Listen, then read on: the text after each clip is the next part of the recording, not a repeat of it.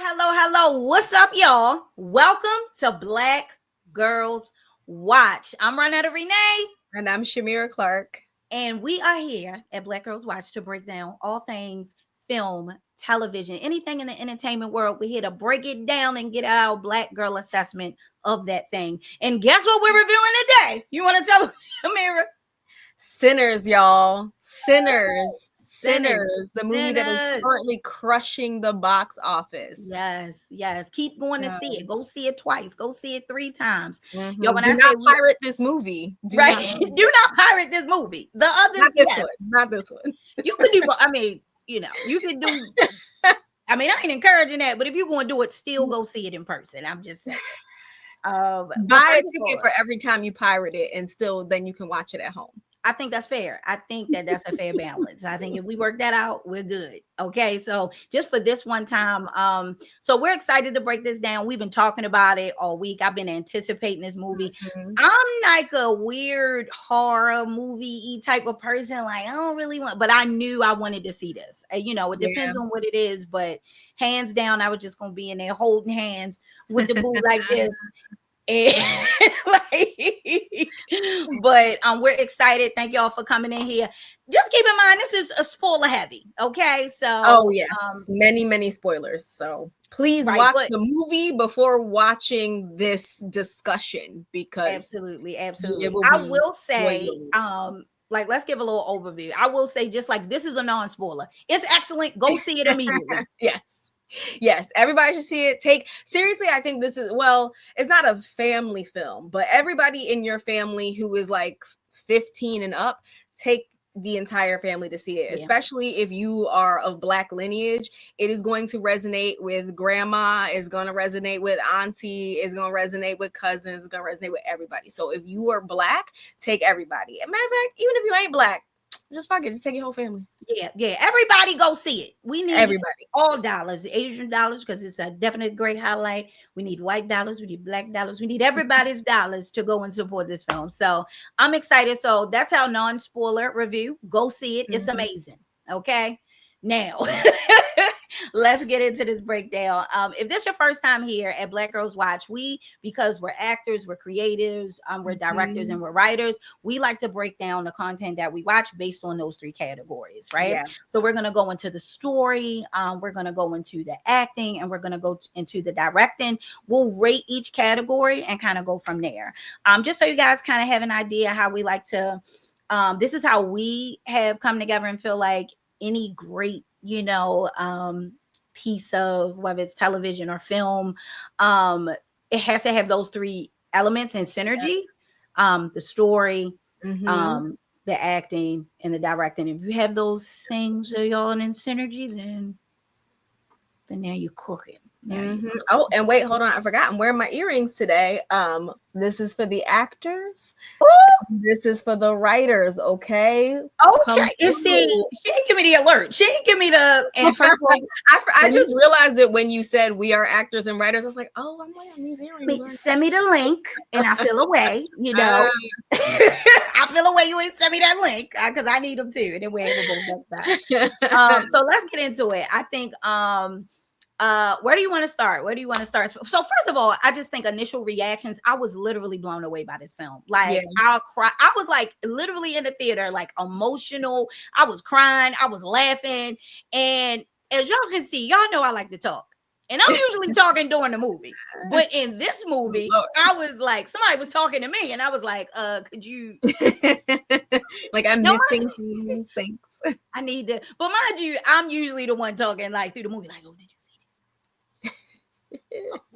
That's me. So I definitely, this one, I was so locked into the story. I had like a little, like, it was like spiritual. It was fun. I feel like I was so curious if we all had the same experience.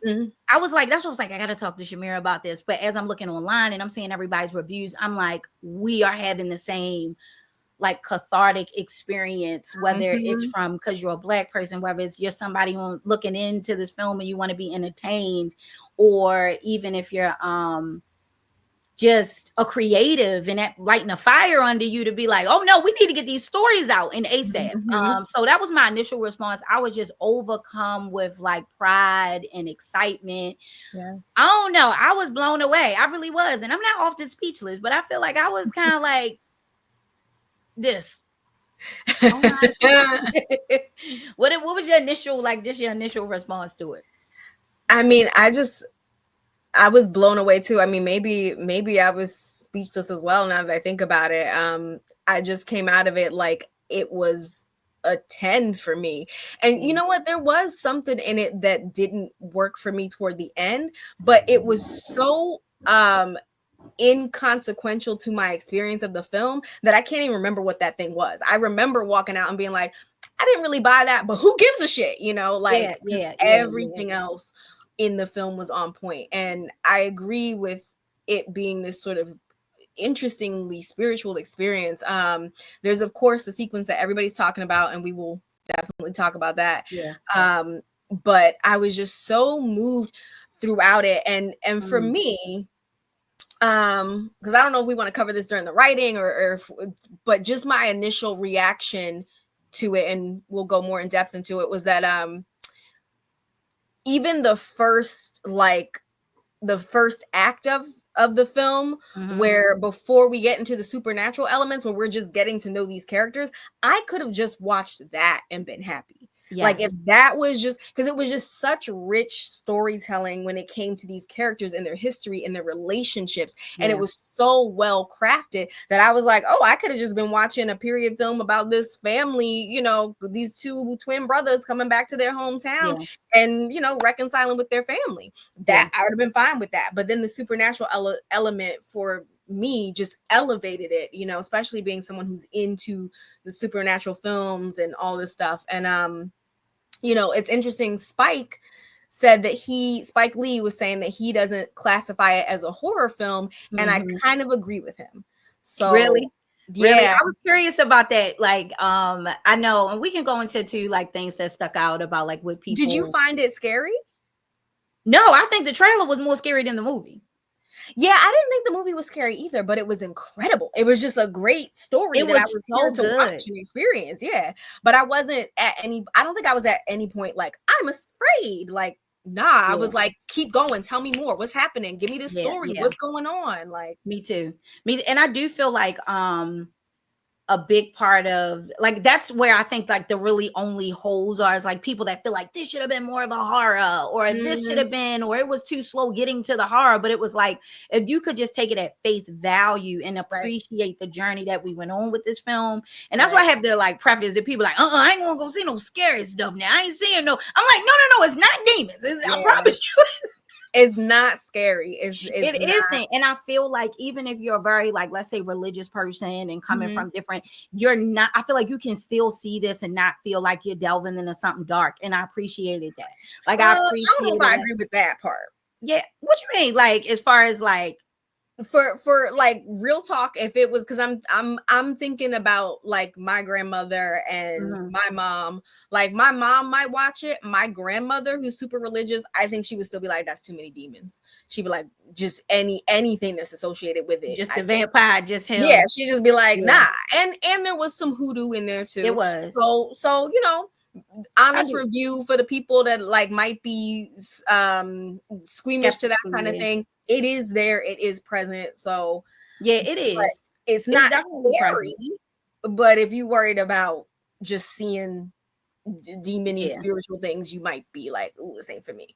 But but as a person, like, you know, I'm on that cusp, right? And I feel like, because it's things I will flat out not watch, because I just feel like they have a dark energy on it. Like, I don't want to be like, no, I'm not watching it and I don't care. I don't care how good it is. Well, that's what I agree with.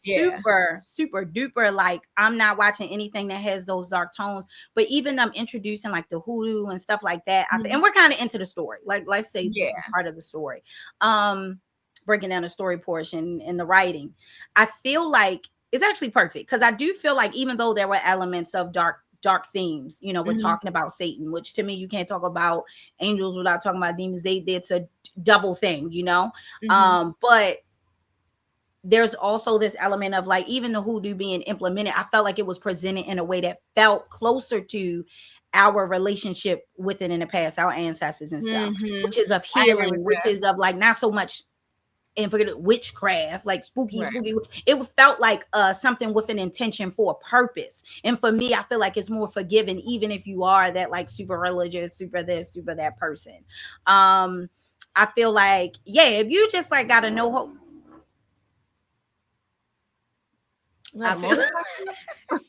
Can you hear that? I'm gonna close the thing. Yeah, it's like a motorcycle. It sounded like. Hold on. I'm sorry. Maybe it was them demons coming to get you. They're coming to get me, sis. The demons are coming to get me. Okay, we don't even gotta edit it necessarily. We'll decide later. But no. So like, there's really cutting up out there. So all of that to say, I do think from like the writing perspective, like the elements of those, like those introduction of those dark elements, the hoodoo, and even the, you know, Satan and this dark energy. I felt like it didn't feel like most of films that's like that in those themes. It didn't feel heavy. It felt like everything that was implemented had a purpose and a reason, and it made sense to me. Like, I actually do agree with that. Like it, especially when you said it felt more ancestral and more connected to the spiritual practices that were left behind when we were, you know, taken from our land. A lot of us are, that I agree with. It didn't feel to me dark or heavy, or it didn't feel like that to me either. But yeah, it definitely felt more connected to that ancestral way of practicing that was carried over when we came over to this, you know, fucking hellhole. I agree. I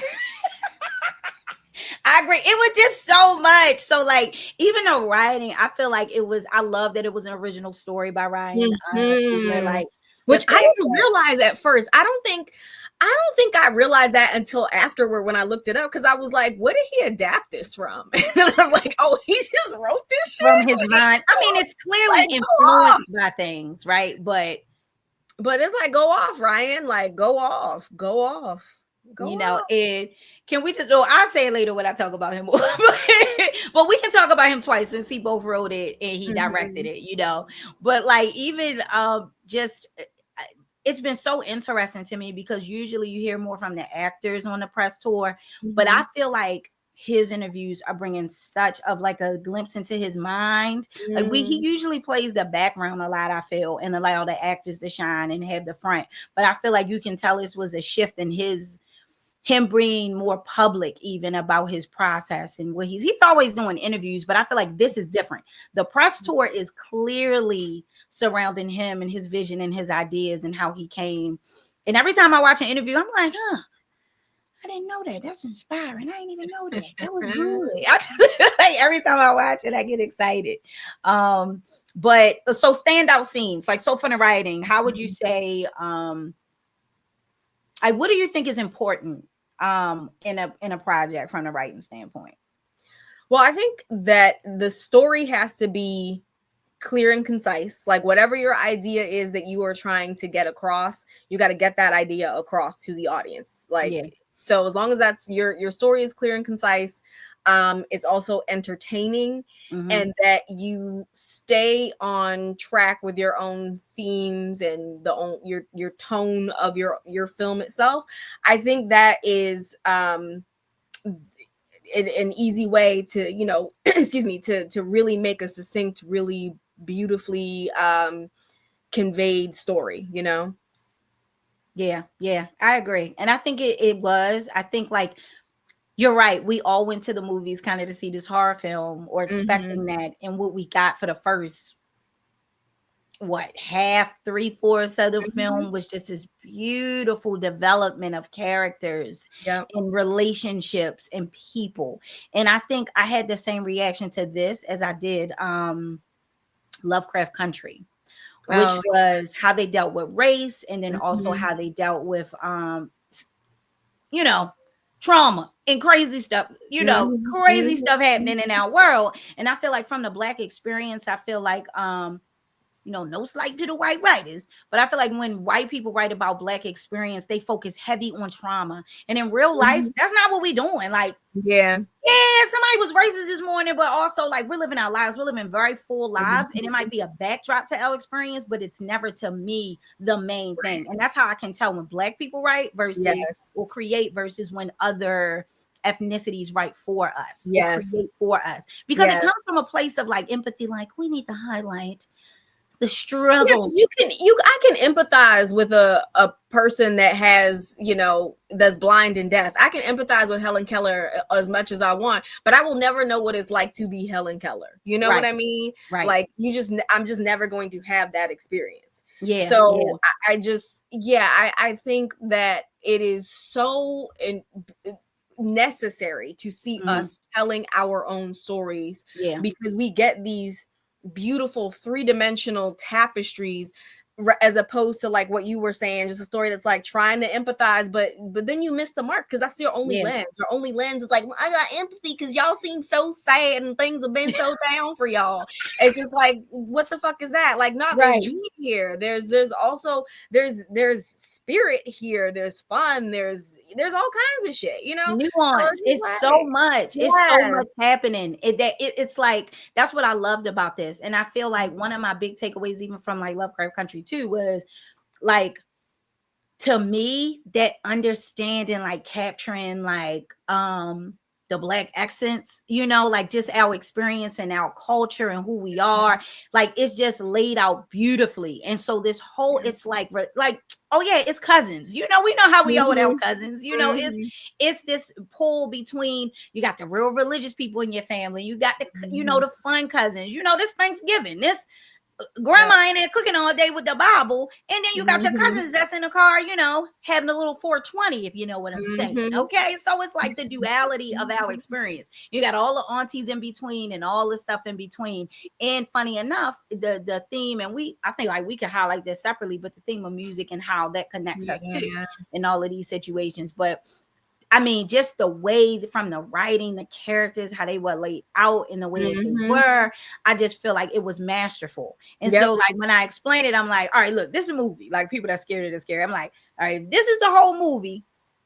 You don't get scary till like right here. Okay. Like this is the part where it gets a little scary. And I think that originally you're like, oh, it's moving. Some people might have felt like, oh, it's moving slow. But to the people that bought into this journey, I think like again with the writing, for me, that we can suspend belief if you trust the characters and you believe in the characters and you have a connection to the characters where you will go on this journey with them. Right. I think that's what's, because we'll believe anything, like, okay, so it's the sky is purple. Okay, well, the sky, if I believe you enough, I'm going to go on that journey with you. And I felt like I went on the journey with this writing. I felt like it didn't feel long. It felt like we were like experiencing it real time. Like, you know what I mean? It felt very like I felt like I was in there in the truck. Like, that is a great way to put it. It felt like it was happening in real time. I would agree with that. And I was just like, where we going now? Even though they couldn't see me. Like, that's how I was just like smiling like this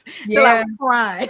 And even that scene where they're in the truck going toward the barn with once they picked up homie that was playing the guitar and everything, the dude that was singing. I forget his Delroy, Lord Delroy Lindo's character. Once they picked up Delroy, and they're just driving and just talking, and they're just asking him like, how'd you get here? How did this happen? And he's telling that story, but it's some of this does come down to the directing, I think, but just the way that bit of story was conveyed, it told you everything you needed to know about his character within like 2 scenes. We understand his character, and then we understand all of the actions his character is going to take within the film moving forward. It all suddenly makes sense. But even on that, I felt like I was on that drive with them, just listening to them be like, turn on the radio. Oh, what's this thing? Yeah, how'd you get there? How did this happen? Like, it was just and then even, just it's hard because there's so many so much great in comedy. So if we're talking about the writing, the way that they put in these elements of fear, so much undertone, so much subtext, And I feel like that's so much of the Black experience. We can have a whole conversation, be like, yeah. like we had a whole conversation, you know what I'm saying? So I feel like there was a presence of that as Black people in that. And of course, I feel like this is a film that everybody can appreciate, but this Black Girls Watch. So I'm gonna speak to it from a Black experience, and specifically because I think that this film was rooted in so much of telling our story, but bringing it to a place that everybody can consume it and appreciate it. You know what I mean? So it was like, and I think that's authenticity, right? Like, I think the way that you get other, because for fucking decades now, studios have been saying like, well, Black films don't sell overseas, or, you know, Black films don't bring people to the theater, don't put butts in seats. But it's like, because y'all were doing it wrong. You were doing it incorrectly. You had motherfuckers who weren't us trying to tell our stories. Now you have authenticity. Anybody can resonate with authenticity. I can watch a story about, you know, a Jewish family that was, you know, stuck in Germany, and I can relate to that because if it's told through an authentic lens, as opposed to if some random person was just like, I'm going to try to write a story about the Holocaust. Like, I don't, okay. Right. But when you have that authentic voice there, of course you're going to resonate with it, because there's so much truth and pathos and girl. And comedy. It was just like, because you got the scary elements, you got the comedy, and then I always love like, and even that undertone of like, y'all might think the vampires is the most scary thing in this movie, but it ain't the Black folks, okay? Like, you know, and I love that undercurrent, and I think you and I were talking about that of like, and I don't know, you know, we jump around, but I don't even like watching it next to people that, let's say, weren't Black. You could tell that we were watching one movie. And they were watching the same movie, but getting different nuanced things about it. You know what I mean? Like stuff to us, like even that line of it's a Black woman over there looking at you. I mean, a white woman. It's a white woman looking at you, and he like, so that moment we all like, you know, like, because this is happening in what, the 1930s, I think, something around like that. So Black people know what that means when a white woman is trouble. I don't care what you say. That's potential trouble. It's too many of our people, and I'm just saying plain and simple, that have just been living their lives and breathing ancestors that have been dangling from trees strange fruit just because a white woman thought that, you know, they were looking at her some type of way, or because they rejected her, or because there was a misunderstanding. People have lost their lives over that. So for us, the scary was there already. Like, you know, it's funny. It wasn't a jump scare because of vampires. It was a jump scare because of that. Like, because of our concern, and because now we've developed an affection and a love for these characters. And we see our uncles, our cousin, our brothers in these men. You know what I mean? So it's like, it's very, even though it's dated, you know, it's such a long, you know, conceivably, you know, in the past, it's still a very present thing that is dealing with in different ways, you know what I mean, of the safety of our men and what that means. But somebody else might have been joking like, oh, that's so cute, and she's staying in him, must like him. And no, that's not why we all like, you know.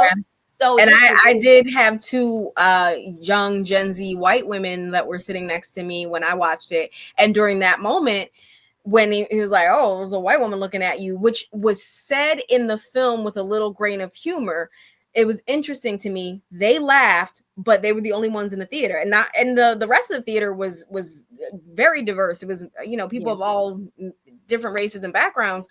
But it was just interesting because I'm like, oh, they're young enough where they might not know the context of why that's so dangerous. But everybody in the theater who understood that danger kind of gasped, you know, whereas they laughed. So it was really interesting. And you brought up a good point, because sometimes it's not about just like black and white or this or that. It's sometimes just an age thing, and understanding that younger generations aren't even experiencing it in the same way. Yeah. So it just was like, so you, all of those nuance and things like that. And all right, so highlights on the story, like let's just, any standout moments, like just, well, we gotta cover that scene about that sequence, that one. Well, I mean, I guess we can get to that in directing maybe, because it's overlap for that. So, it is. So that the sequence that everybody's talking about. I feel like if you're watching this video, you already know what sequence we're talking about, whether you've seen the movie or not. Yeah. But that said, I'll save that for when we talk about director's vision and such. Yeah. Absolutely. So, I mean, well, we can jump back on, like the story and stuff like that as we go through, because these things intertwine. You can't have a good acting without, a great story, etc. So they'll speaking of which, what did you think of Michael B.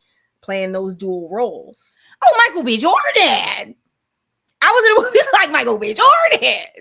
Because I believe you're these two people. Okay. I think that, and as a character actor, you know me, I love doing character films. I love doing like where I'm transforming and I'm even unrecognizable. I'm challenging myself like in those ways, we all go deep, but like accents and these layerings, because it's certain things that go into building, I think, a character that's different. I mean, it might look like you, but like when there's character work involved, right. We're just doing, if I'm on the screen being Ronetta, I'm on the screen being Ronetta. But if I'm doing some character work, a lot goes into that. And as an actor that does that, I had a tremendous amount of respect, because at first I was like, I really didn't go into it judging it, but I was kind of curious how they will pull this off. And I would think initially when they like passed the cigarette back and forth, I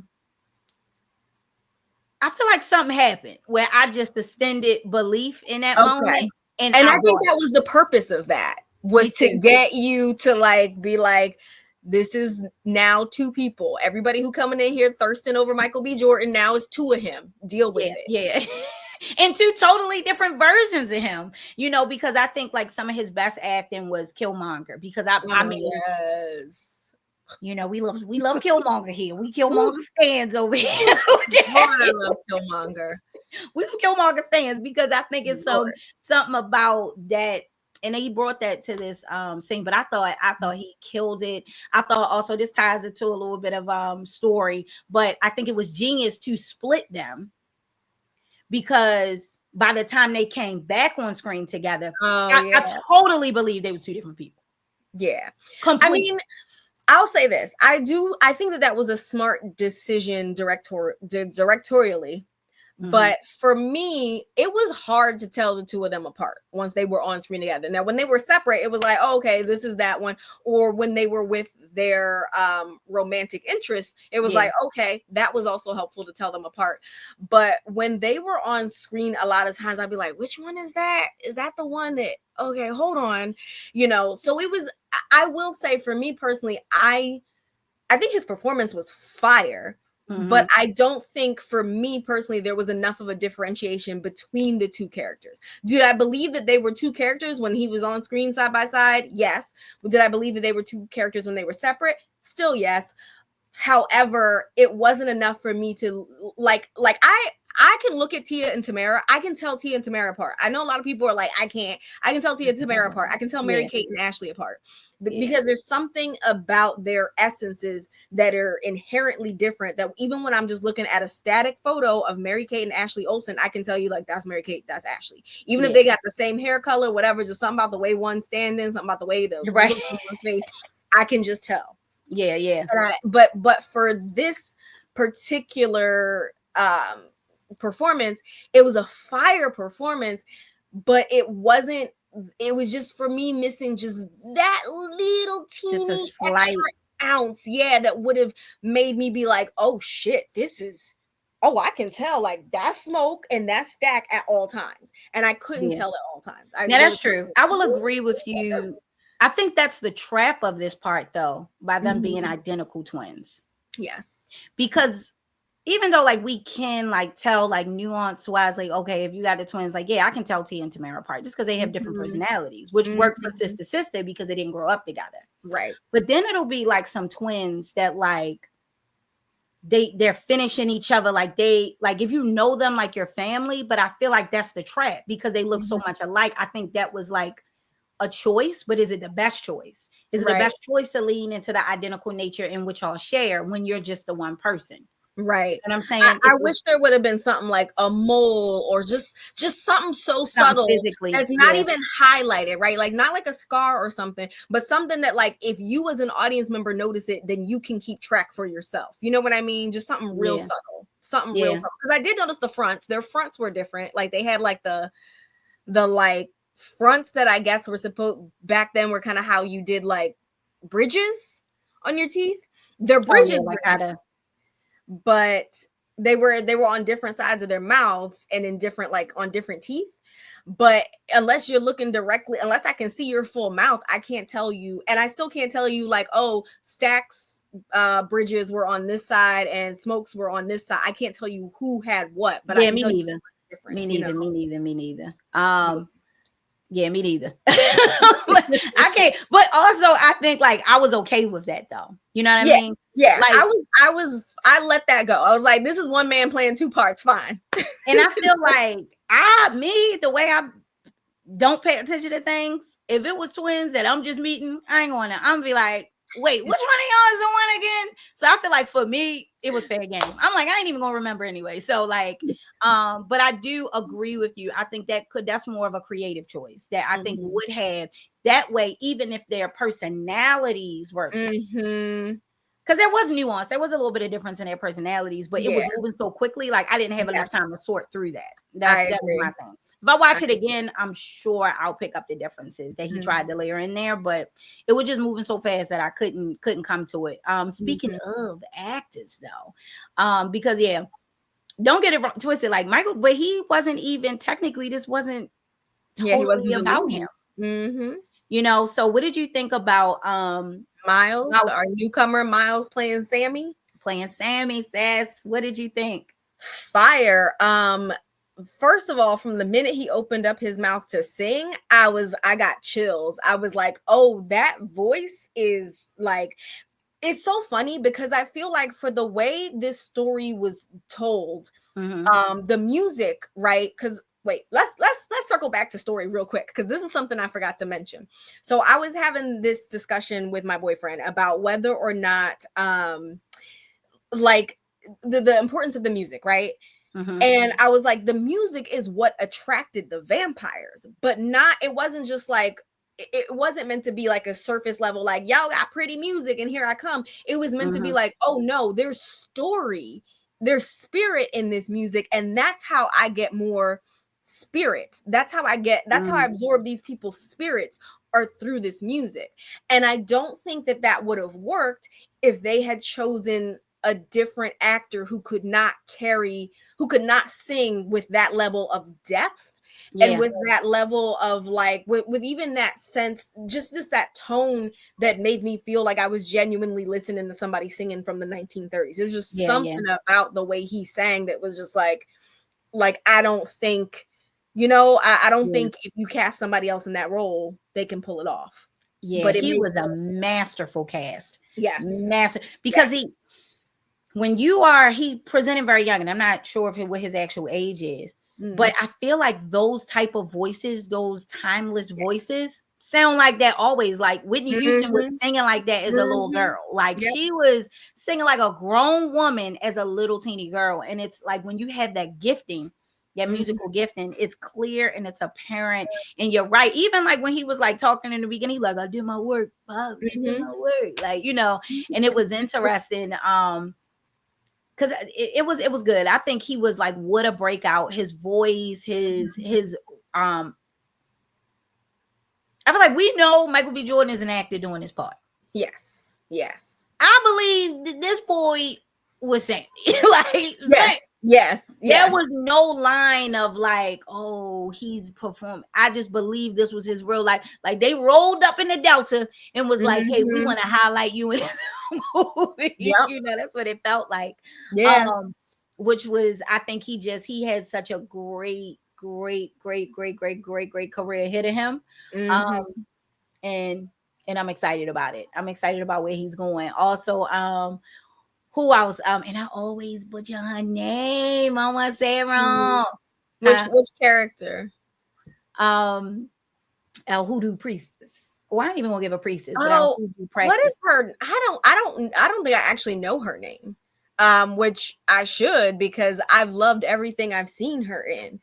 Because she's been in Lovecraft, she was in Loki, she was in she was in like one of the new Marvel movies too, right? Wasn't she in what Marvel movie just came out? Lord.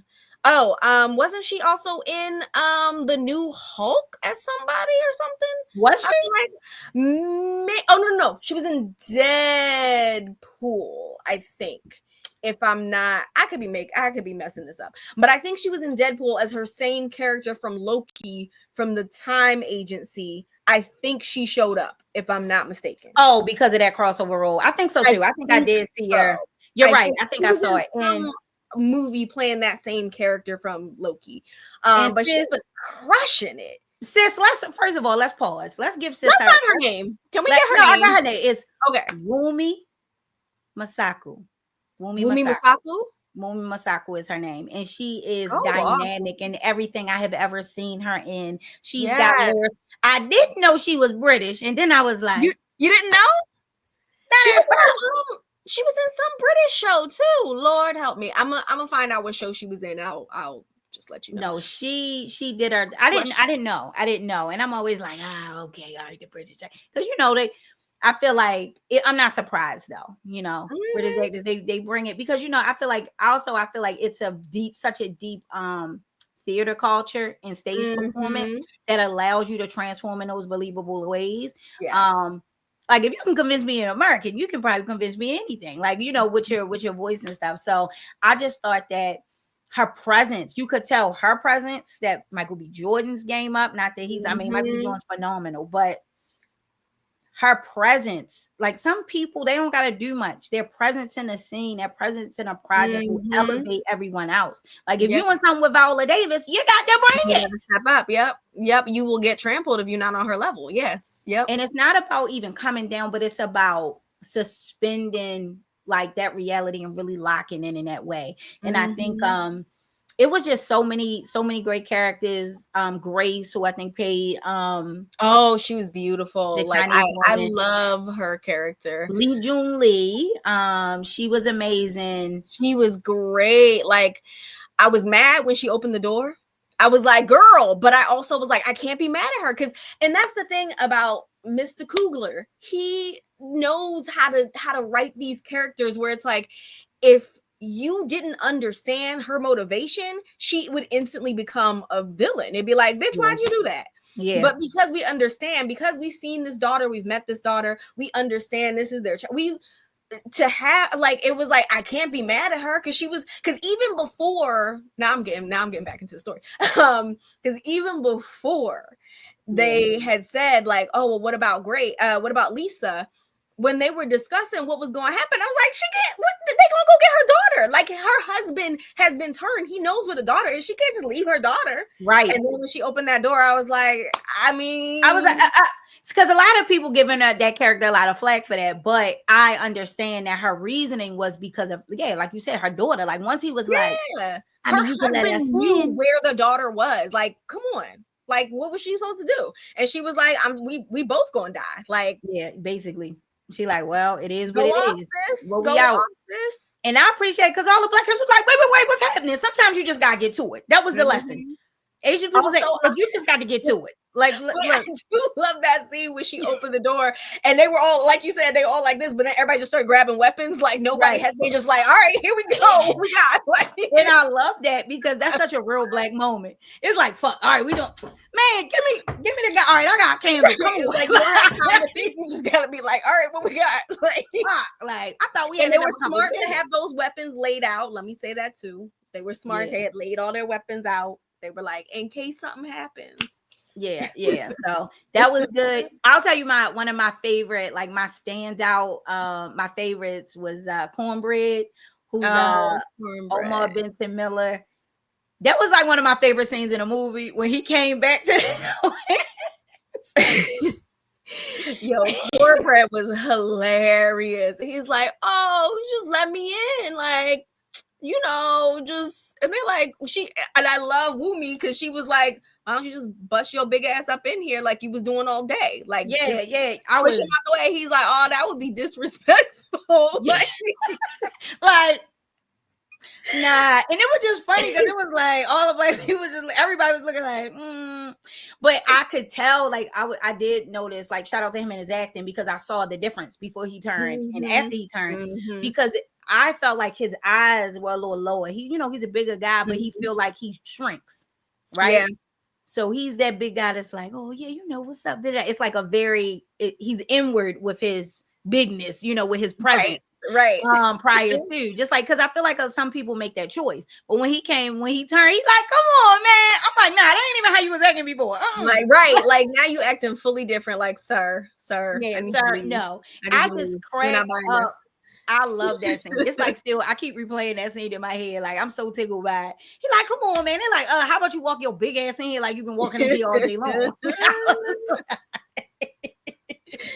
Oh man, I love it. That was my favorite. Any other real quick, because I know we took a long time on acting, but that's all right, whenever. But we got to give Haley her flowers. I don't want us to miss Haley because she crushed it, and I've loved her since she did True Grit when she was 12. She was phenomenal in that, and seeing her in this was just seeing her with this additional level of depth, and just like I was like, oh, she's really a woman now.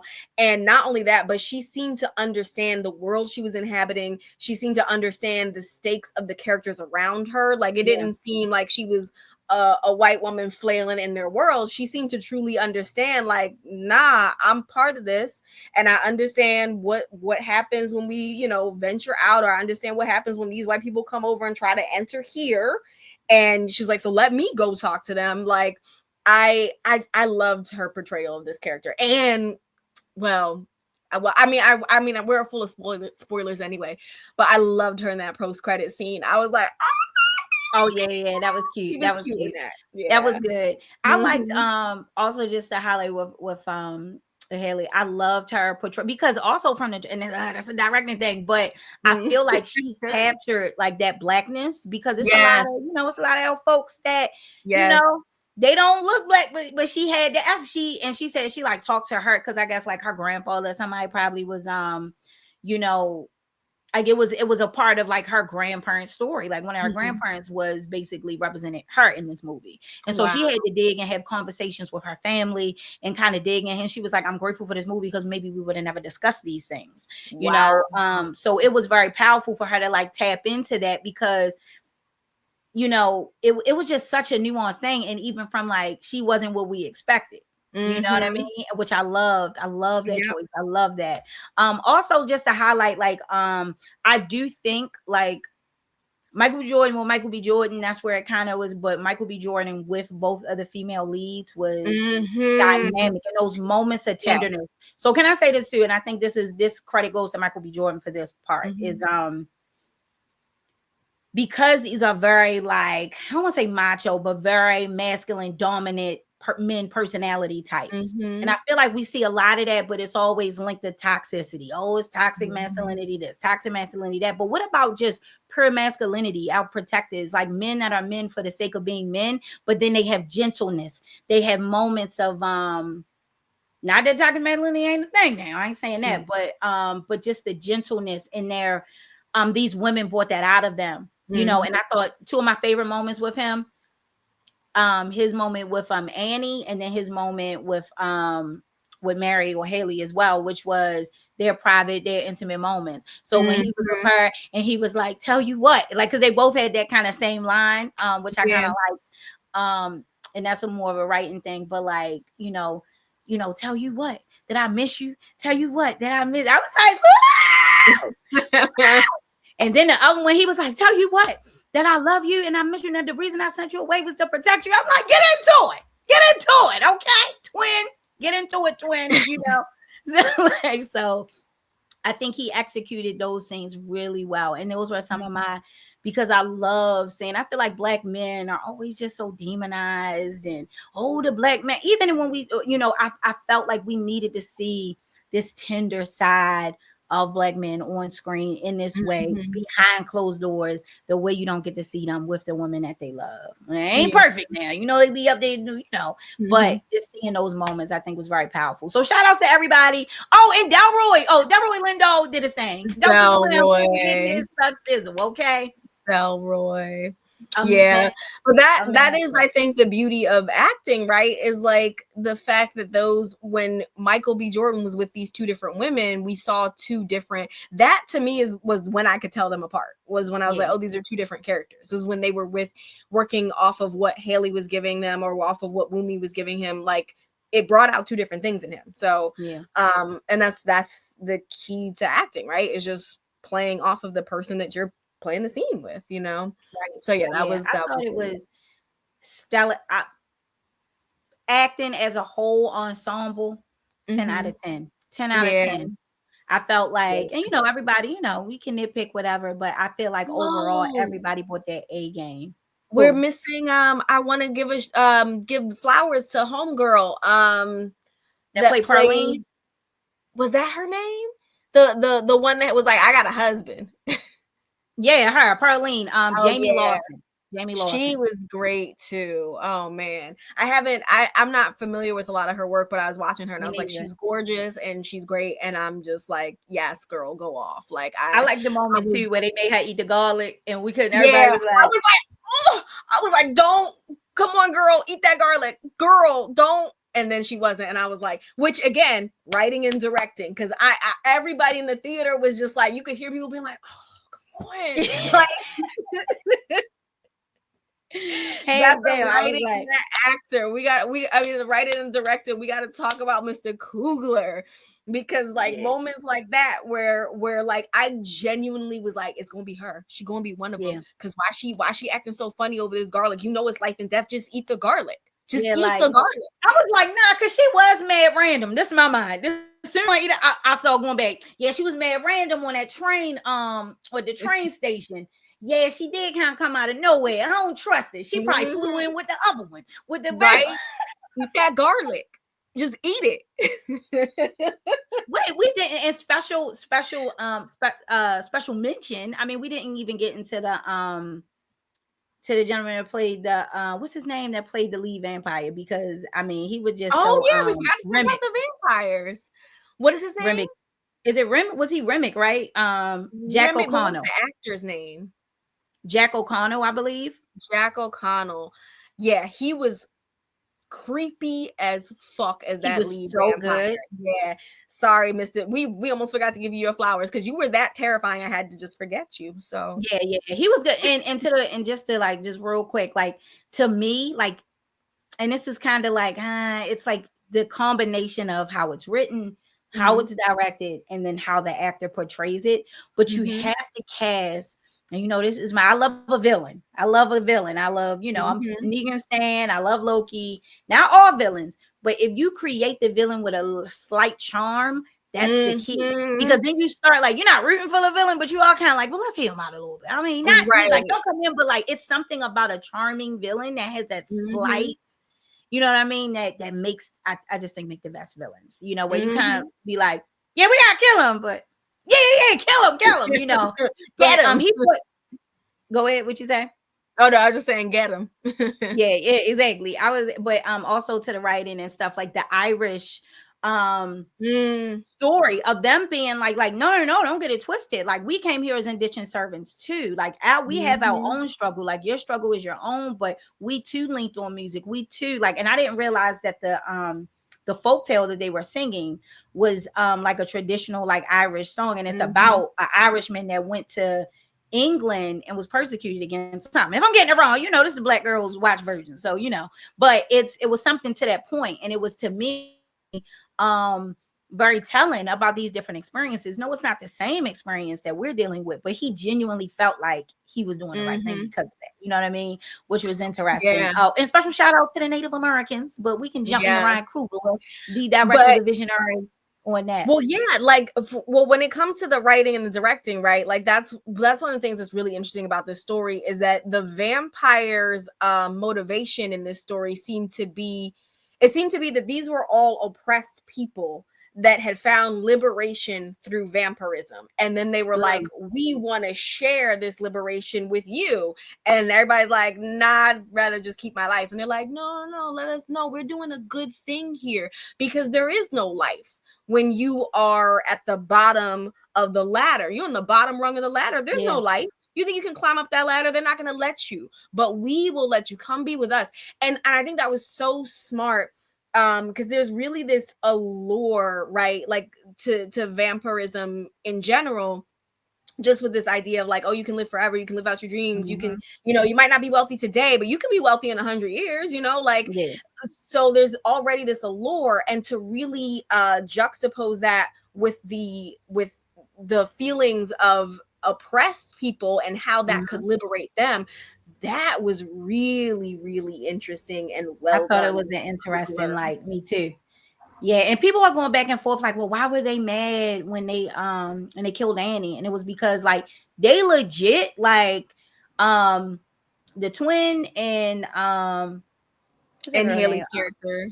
Yeah, Haley's character really wanted them all to be a family together in the afterlife. They were so mad because imagine all four of them out doing their thing as vampires, Yep.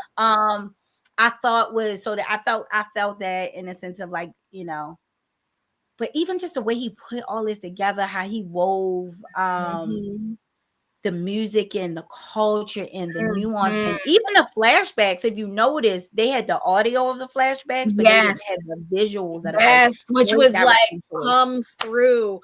You don't see that often, if ever. Like I can't off the top. I'm like, there's a part of me is like, in all of cinema, I'm sure it's been done before, but not in a way that has resonated enough that we remember it. But yeah, we remember this one. This one resonated. And I totally agree. There was something about watching the character tell their story, but hearing the audio of what happened and not really getting to see the images that just, I don't know. It was like you said, like happening in real time. It was a very interesting way to go about that. Something that real talk low key I might steal. Might just be like, well, we're borrowing it. He didn't create a new genre, so we can now create more. Yeah, that's true. That's true. We play into the genre. That's right. Yeah. No, my we were talking about it too. Me and Honey, and he was saying like not necessarily feel it's a new genre, but like there to me it does feel like something.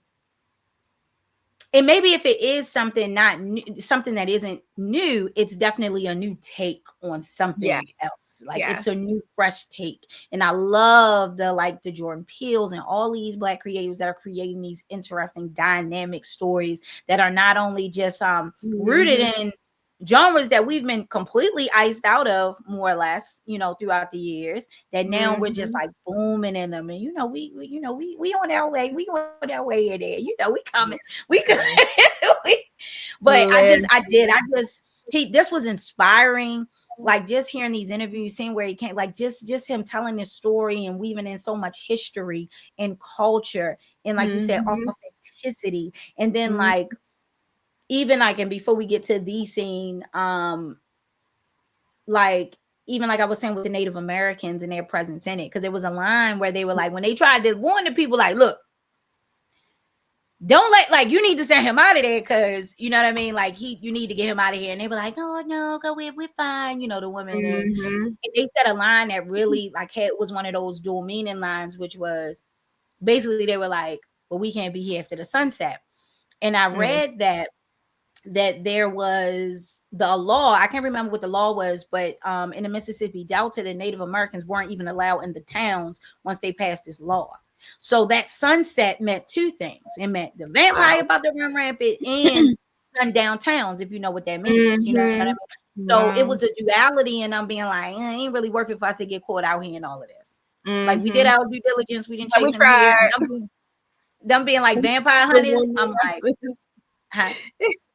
Yeah, they were like, we tried to warn their asses. We gotta get out of here. Yeah, like, we out of here. Yeah, it was good.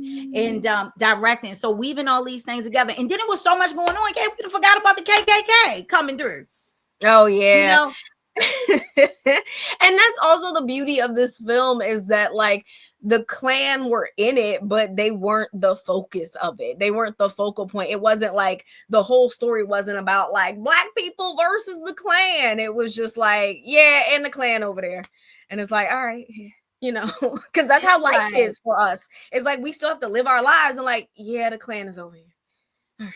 And I love that he didn't make it obvious that the Klan was coming later, but later when you was like, oh yeah, these motherfuckers, it said they would be trying to come and like, you know what I mean? Like at first I felt like it was done in a way that was like, maybe they get to own their little Jew joint and be chilling, and maybe they gotta get with them later. But I didn't even consider fully that they was gonna be there in the morning, like to really like wipe them out. And the fact that we learned that from one of the vampires, you know, like from the vampires, they said like no, like because they was literally was getting together to come like, you know, execute on that. And it was like, yeah, because homeboy was gonna be one of them, the one that got killed in the house. Like he had his little clan robe ready, was out there ironing his clan robe, getting ready for the morning service. And that's why when he ate him up, I was like, and I don't care, because that's what you get.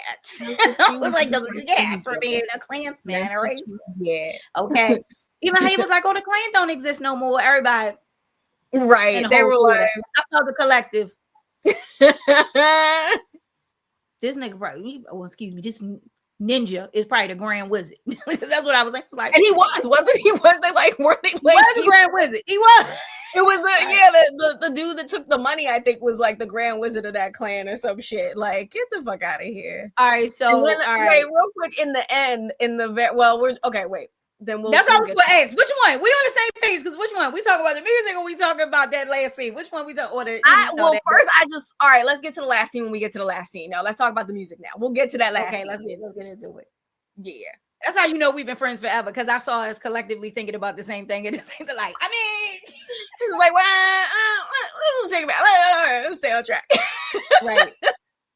Oh man, okay. That music. So the music scene, biggest talked about scene, and I'm gonna be honest with you. In the moment when I watched it, I didn't know how I felt about it. It was the first time I felt like I was taken out of the world a little bit, but not in a bad way, right? And I didn't know, like I was like, I felt something from watching it. And if you don't, you know, obviously we all know this scene where the music thin the veil between worlds and time and was transcended, and it made so much sense to me. Like, and I felt like when I watched it, I was like, did Ryan Coogler kill it, or was it off a little bit? Or I couldn't I was like, this, I understand this moment, but it made me feel something that felt like it was taking you out of it, but I feel like it was intentional. It was an intentional drop out.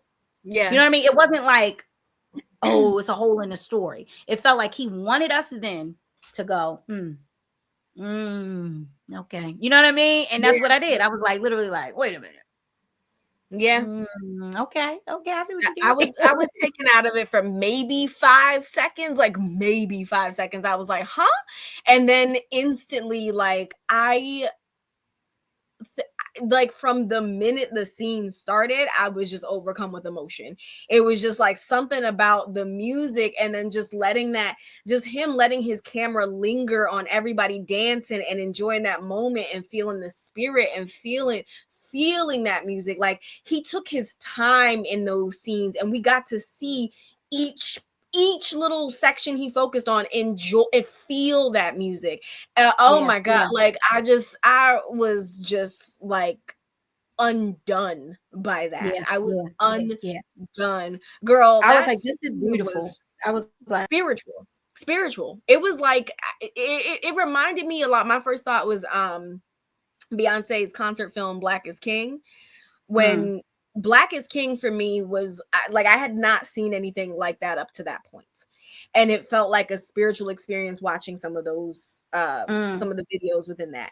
And that's how this felt to me. I felt like I was watching Black is King all over again, where I'm just like, this is, our music is that spiritual. It does connect all of us through like time and space and all that shit. Like literally conjured the ancestors. Like, I could watch that scene just by itself over and over and over again. And I probably will at some point. Yeah, me too. Like, I'm definitely want to see the movie again, hands down. And I'm not the type of person that's gonna go see a movie 100 times. I'm not. But this one, I want to go see it. I want to be in the number. I want to experience it again, because I did feel like I just feel like I'm experiencing this, and it's like I just felt like a kid almost being caught up in this world and this creativity, and it was inspiring AF. You know what I'm saying? Like I was just like, I need to go and complete my script tonight. Like that's how I felt, you know. Girl, same. I came home and I was like, all right, bitch, you writing. Which is so funny. Like, quick tangent, it's so funny because the last time that I did that and I literally wrote out a full pilot in one day was after I saw Creed 3. I'm like, what is with this little combination of homies that be like, I don't know what their mojo is, but like something about the way they do their shit, I'm just like, all right, let me get on my P's and Q's. Like, let me, because it inspires. I think like seeing other people excel in their artistry and their creativity and break like barriers and like and like change the game and like take it to another level inspires me to be my best, fullest self. So it's not even about like, oh, now I got to do this. It's just inspiring to like be like, you're like, and I was telling like we were having this conversation and I was saying, you know, this is a moment and it feels like that because creatives across the board been like, oh no, what I've been doing, but I need to get on it. Okay. Because it's a moment too. Like this is where like representation matters. I feel like it was a shift. Like when how Spike Lee, when the young filmmakers were watching him and got inspired to say like, wow, this is somebody like me that's doing this and I can do it too. And this felt like, yo, he went all in like, oh, he came at the box office. Oh, Black Stories. Oh, all the things. And it felt like a lane open, like, and we all like, Yep. Like, let's get to it. You know what I mean? So I just think like Ryan Coogler, and this was a game changer. Him explaining why IMAX, why he filmed it that way, that whole video. Everybody that watched it, in my opinion, was like, a lot of people that watched it that maybe aren't even in the entertainment industry that understood now, like, you know, the way he explained it in such a real, raw, and authentic way was like super dope. You know what I mean? Like, it just was, and sidebar, I did not know he had that heavy West Coast accent. He was like, yeah, so when you filming it in IMAX, you know what I'm saying? Like, when you filming it in the IMAX. I was you like, had never heard him talk before? Were you like, what the? Yeah, like, you know, like I've heard him talk, but I feel like he just talks like, yeah, you know, so, you know, we eat in IMAX. It's like that, but he was like, really giving you, I was like, he must have heard that now. Ever since Not Like Us came out, LA is in full. Or excuse me, I don't want to say LA, you know, Inglewood, California, West Coast, wherever you're from. I was correct. I was like, wait a minute, I know. And I just love that about him too. And you know, I'm from Baltimore, so you're gonna hear all that Baltimore that's coming out. So I just never noticed. Like, I was like, he really sound like that. Like, that's hilarious. Yeah, so I loved it. I think like it was just so many moments. Like we can't cover every single moment, and that's it. Maybe we'll do a deeper dive later. Like if it's certain things like y'all want us to go deeper about, like let us know and we'll do it. Maybe a deeper dive, like some one-offs. But one of my other favorite scenes. Are we getting into it? Go for it. When Annie came through in the spirit realm with that baby, I mean, the tears wouldn't stop. That scene was one of the best scenes I have seen in a long time. It just was so genuine. And then remember, we see the grave earlier, and then it all came together. Like, oh, because I thought it was like their mom or something. I didn't know who it was that was birth. You know what I mean? Yeah. And then I'm like, because early in the film, she said, you know, it's somebody waiting for me on the other side and somebody waiting for you too. And then all of that came, and I literally, and I don't be like busting down crying in no movies now. I turned around up with him, I was like, huh? He was looking at me, tears, and I just thought it was so tender and such a beautiful moment, and it moved me deeply. Like I just, you know, them sharing in that and him getting lost in that with her. And then the damn Klansman fucking it all up, right? Like they do. that was also just so well done for him to be, because like you said, we're all immersed in this moment where like we're having this, you know, this incredible spiritual emotional thing where he's being reunited with the baby and the love of his life, and then this Klansman over here, and then it's like, shut the fuck up. Like, I'm like, hey, yeah, like, I'm like, but it felt real because it's like, oh, we off doing our own thing, and here they come. That's so. It was Here y'all so come well with. done, so funny. I thought it was such a real moment of like how it It be. was. Like, It was very real. Like you just in your zone. You're feeling everything, and then it's like you fuck off. Like fuck. like the record, like Exactly. So that was But beautiful. also, I love when the dumbass clan man was like, he's like, oh, like, you know, begging for his life. He's like, I got money, and I'm like, you mean his money? Like the money he just gave your bitch ass? Like, shut the fuck up. You just gonna die. And that death was going get him whipped. Yeah, that was I mean, he should have just shot each of his hands and just left him for dead. Just shoot him in the hands, shoot him in the feet, you know, and just let him die out. Because then he can't shoot you if he has no hands. And then you just like interesting scene that I didn't necessarily pick up in the moment, but between the brothers, remember when he couldn't roll a cigarette? It was a choice. They were saying that like he has the PTSD from the war. That's why the brother always rolled his cigarettes, but he was gone. You know, he wasn't there anymore. So it was just, and that's why he was like, "You got a cigarette?" Like basically, it's been like, and I just little moments like that combination and like, you know, that execution of that with for the pulled together like the character work and stuff. So like I just really. And then you wanna talk about because you was liking that because I didn't even know it was going to be any credit scenes, but I was like, I feel like it's gonna be a credit scene. Oh yeah, I didn't know either. Like we were about to leave, but it just was we were taking so long. I just come from work, so I had a bunch of bags. So I'm trying to like get all my shit together and trying to make sure I have everything. And then suddenly another scene starts playing. We like, oh shit, okay. Yeah. But this is my one kind of criticism. I think where the film ended initially was perfect. That's where the film could have just lied. They could have just laid there. I agree. Yeah. But then we got these 2 post-credit scenes. And while they were interesting, first the one with Sammy singing, I get what he was trying to do. I get like that now you're showing us how his music has made this impact over time and how it's still connecting these 2 different time periods so much so that you done conjured the vampires to come back up because they done heard the songs and that's how they've been following him and blah, blah, blah.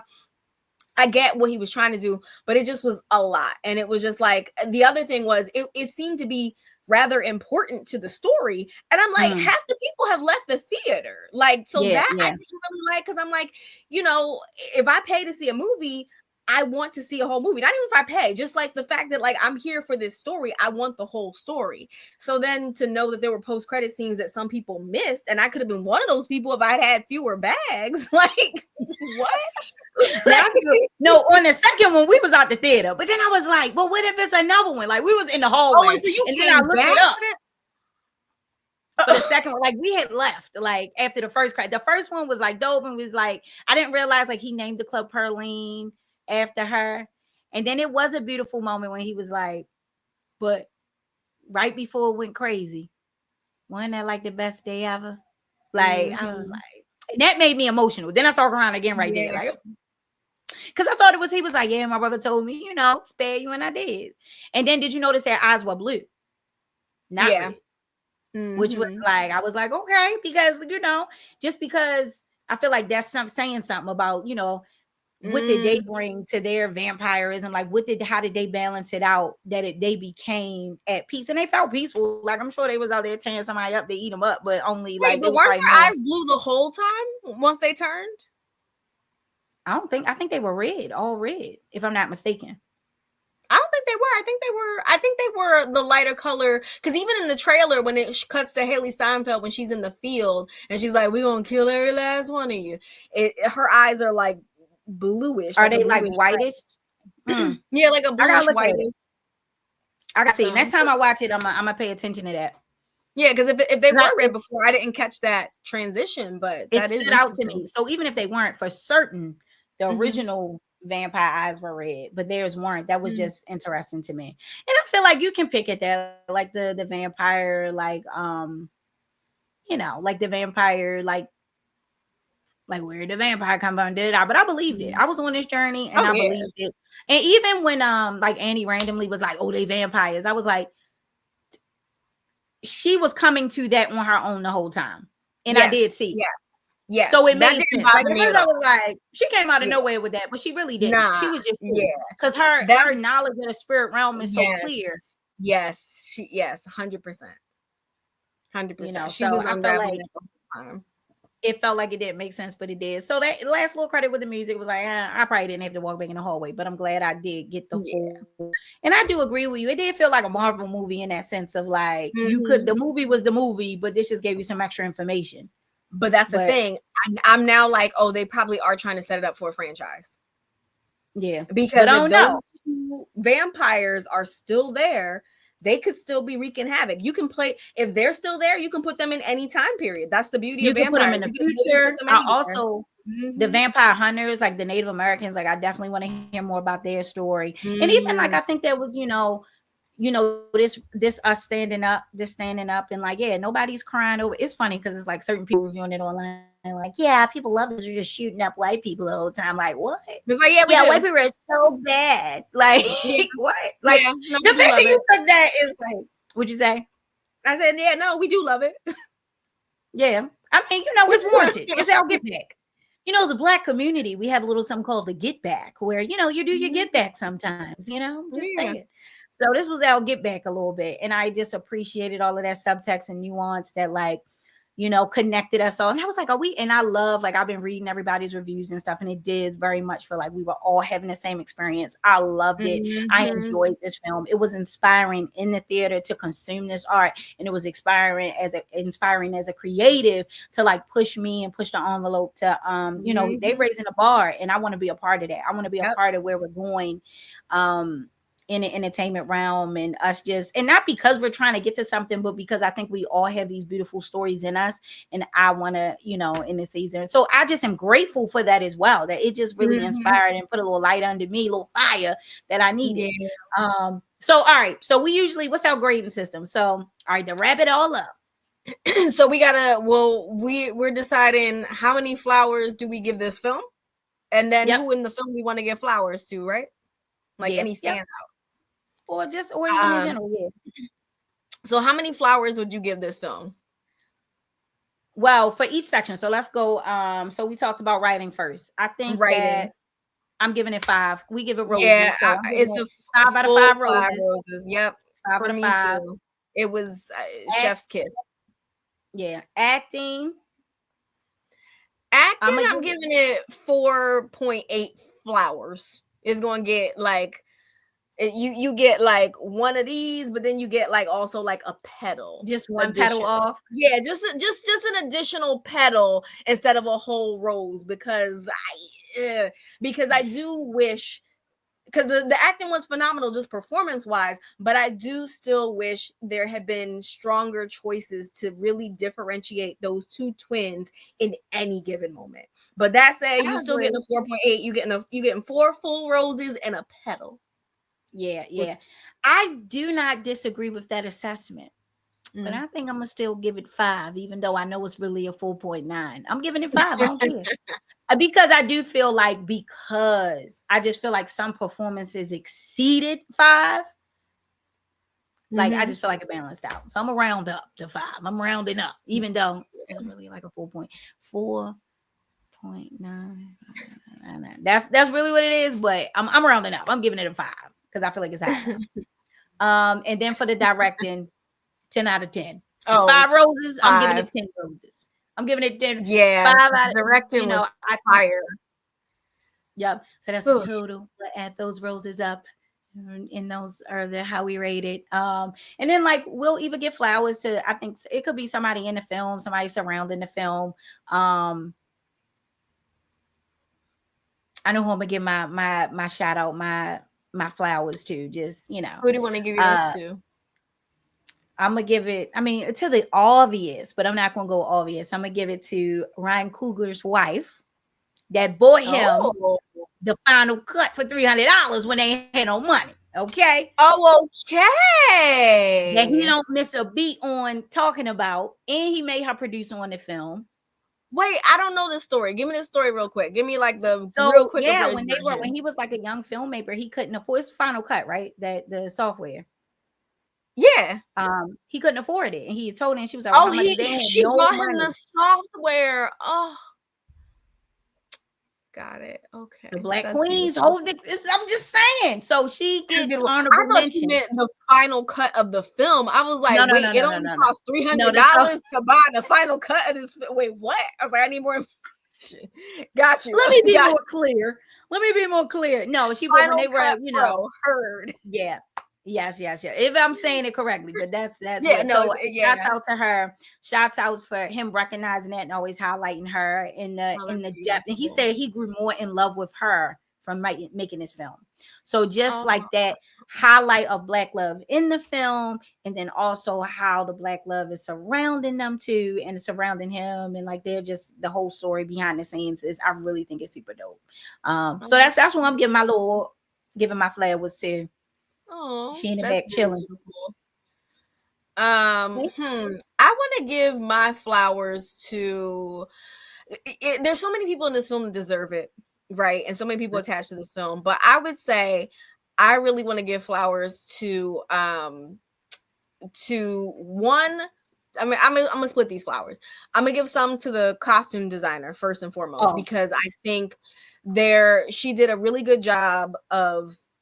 There was no point where I was like, that's from Forever 21, that's not from this, that's from the 80s. There was no point where, if there was anything that was not authentic or an authentic recreation of something in that time period, I couldn't catch it. And normally those are things that will take me all the way. I'll be like, come on now, come on.